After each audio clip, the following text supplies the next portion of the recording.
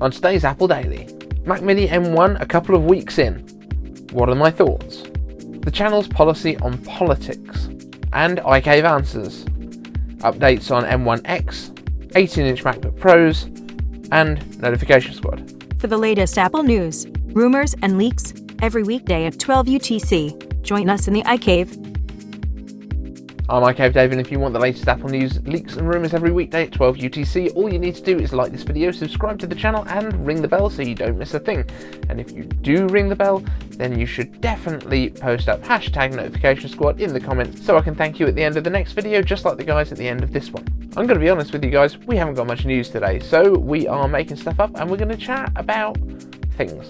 So settle down, grab yourself a beverage, and let's get into it. So the first thing that I wanted to talk about is the Mac Mini M1, which is my main system that's sitting over there.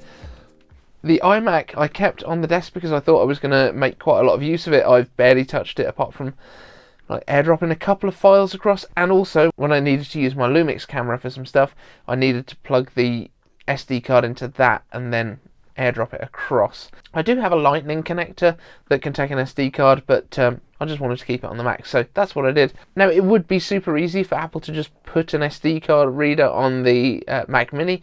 I always thought to myself, oh, why does it matter, get a dongle? I just haven't got a dongle. If I had one, I wouldn't care probably, because I don't think it makes any difference whether it's plugging into the back of the Mac Mini or into a dongle in the back of the Mac Mini, but there we go. But how is it holding up? I think a couple of the things that I thought in the first place when I was ordering this and I was kind of slightly dubious, I think they still count. So things like the fact that the M1 is mega power efficient is great. And it means that this thing doesn't overheat, it doesn't warm up, or anything like that. But it's also, I don't really get the advantage of the battery life that everyone else does with how power efficient it is and how little it sips power.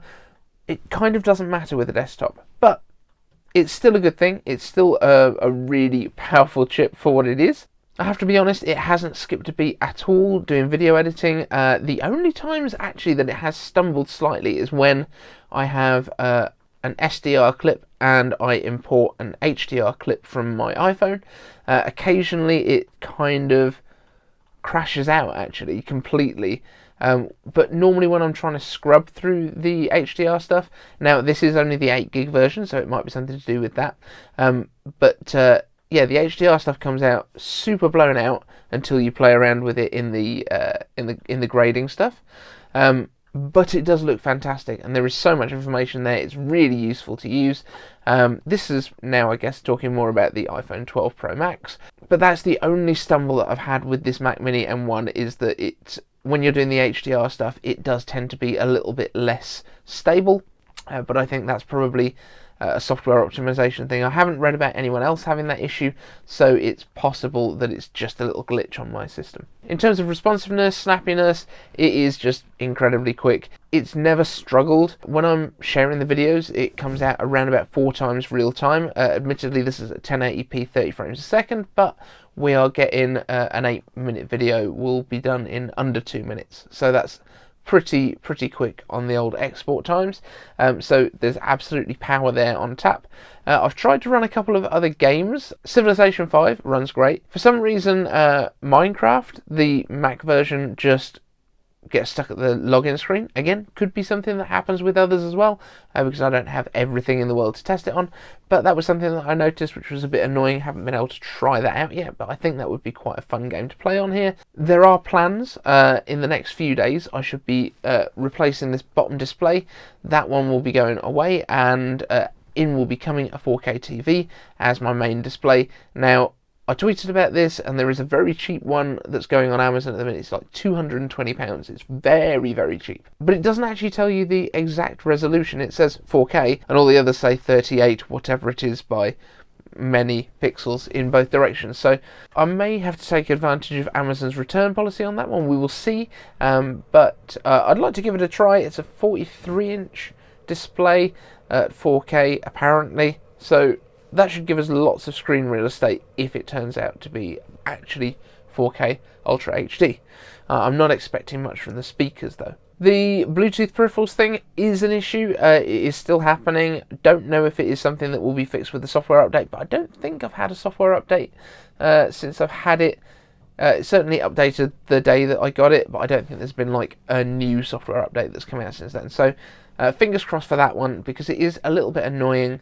And especially because the Magic Keyboard and trackpad that I've got are the oldest ones, which come with the regular 2 AA batteries, so you can't plug them in while you work. I mean, you can't with the mouse anyway, because obviously it's kind of on its side if you plug it in. For the keyboard and trackpad, those are definitely something that you could have plugged in if there was an issue with Bluetooth.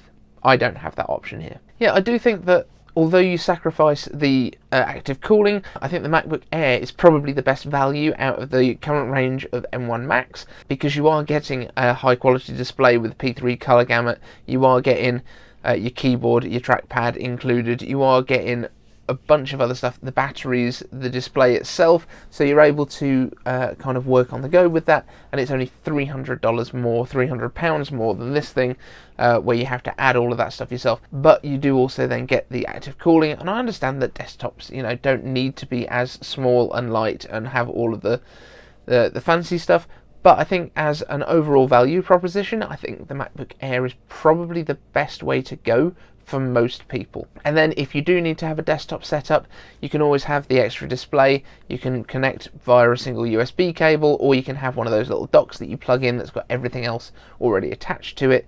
And that would make a really good kind of, if it was just you and you don't need to have like a family computer that everyone can sit down at and do stuff, that would be a really, really good way of doing things. You can plug into extra storage. So for example, if you have movies that you would watch at home, then you can plug into that as part of your dock. But you probably don't need to take them on the go with you all the time. So that's just my thoughts. Especially in the past, I've always gone for the desktops because you get more power than you do with a notebook. But right now, the notebook and the desktop is exactly the same in terms of power and performance. So yeah. Next up, I know this one is going to be controversial, but we're going to do it anyway.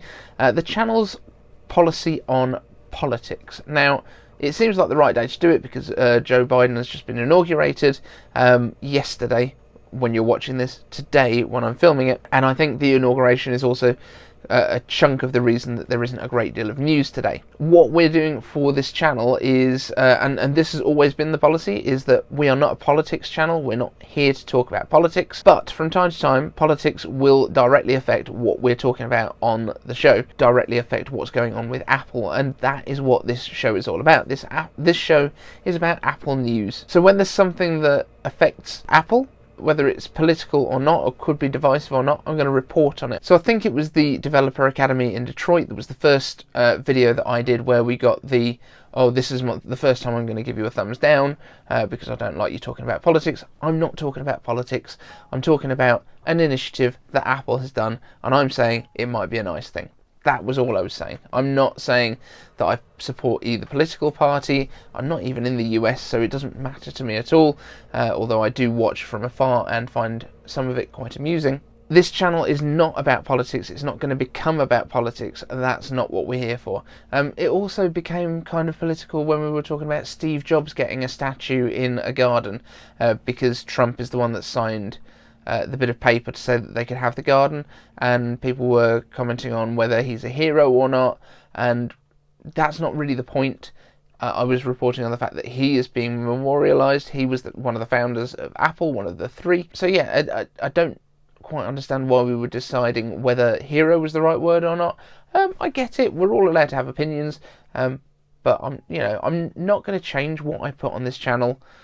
If you don't like what I put on the channel, please, by all means, let me know, but it's probably not going to change hugely, because what dictates what goes on the channel is this related to Apple? If it is, then I'll put it in. If it's not, I probably won't.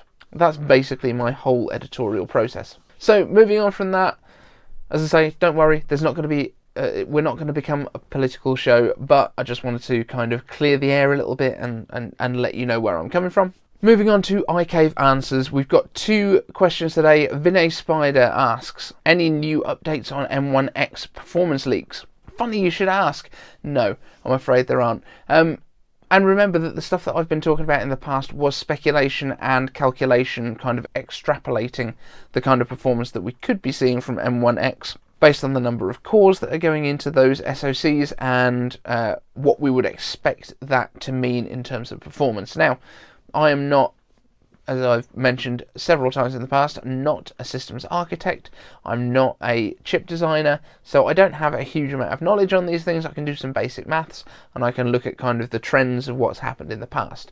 Now, I will be doing a video quite soon on what we expect the M2 to do, which I think is going to be interesting as well. I think the M1X is going to be more powerful than the M2, and I think that's fine because the M1X is designed for higher end systems. The M2 will drop into exactly the systems that we have now with the M1, so you'll get a Mac Mini, a MacBook Air and a MacBook Pro, I would guess. But no, there have been no more leaks on the performance. I'm thinking we're going to get to that probably within the next few weeks, maybe the next 4 weeks. We should see some actual kind of scores appearing on Geekbench, and nobody quite knows what they're from to begin with, even though it's quite obvious that it's the next version of M1 because it will say Apple next to it and we won't have a name for it. But yeah, I think that's kind of as much information as I have on that at the minute. I am very excited to see what they do, and this Mac Mini that I've bought, there is a good reason that I bought the base configuration. They are the ones that lose the least value over time, so having that base model, I've been able to test how it gets on. It does really well, and then if and when something else arrives that takes my interest, that I want to be able to test, this can be sold without losing much money, and I can pick up whatever the next one is, and obviously save quite a bit of money that way. And next up, a question from Uncle Bah. Do you think we'll get an 18-inch MacBook Pro? Now, he put a laughing, crying emoji at the end of this, but it's actually not as crazy as it sounds. And when we look at the context of what's come before, again, as we've done with the titanium stuff, link just up there, it really makes more and more sense the more you think about it. A lot of the old PowerBooks came in 12-inch, 15-inch and 17-inch sizes, and 17-inch did cross over into MacBook territory, MacBook Pro territory, and it was almost like having a desktop with you, which I don't think is something that Apple would necessarily rule out. So that 17-inch chassis with thinner bezels would potentially be up to an 18-inch display, so actually it's not a crazy idea. Whether I think we will see it or not, I don't think we'll see it yet. I think it would be really interesting if we did. And I think it would be essentially an iMac that you can take with you, an iMac with a battery. Although, you know, with M1, a lot of these things are going to be basically an iMac with a battery or an iMac without a display, for example, when you think about the kind of power that's in there. But this could well be like desktop class, high-powered computing without needing to actually have mains power all the time. So yeah, thank you for the question on that one. I'm really interested in what might happen now, actually. I don't know if Apple would go for that many sizes, but then when you look at the iPads, they do. You know, you've got your 12.9 inch, your 11 or 10.9 inch. You've got your iPad minis as well that are at 7.9 inches. So they are putting quite a few sizes in there. And we've even got 3 sizes in the iPhone now. So why not 3 sizes of MacBook Pro? On that subject, I'd also quite like to see a smaller sized MacBook Air come back. I had the 11-inch, which is living over there, and the 11-inch was just such a nice little form factor. It went in a really small rucksack that I was using when I was working doing drinks development for multiple bars, and I was able to walk between the different bars, and I could just throw it into a really small, neat little backpack, and it was just perfect for me when I was out and about working like that. I think the 13-inch would have been too big at the time, but for people that just want the ability to do some word processing, a bit of web browsing, basically the stuff that iPads do really, really well, but they prefer the idea of having a notebook computer instead, that's not a bad option. Okay, so moving on, Notification Squad, we have 3 new members: Vinay Spidey, we have Siddharth Swain from Patia, and we have Rowan Voss. Thank you all for joining the Notification Squad, and if you want a shout out in the next video where I butcher your name, all you need to do, subscribe to the channel, ring the bell, and let me know with the hashtag Notification Squad down in the comments so that I know to give you a shout out. Thanks so much for joining me, and I'll see you on the next one.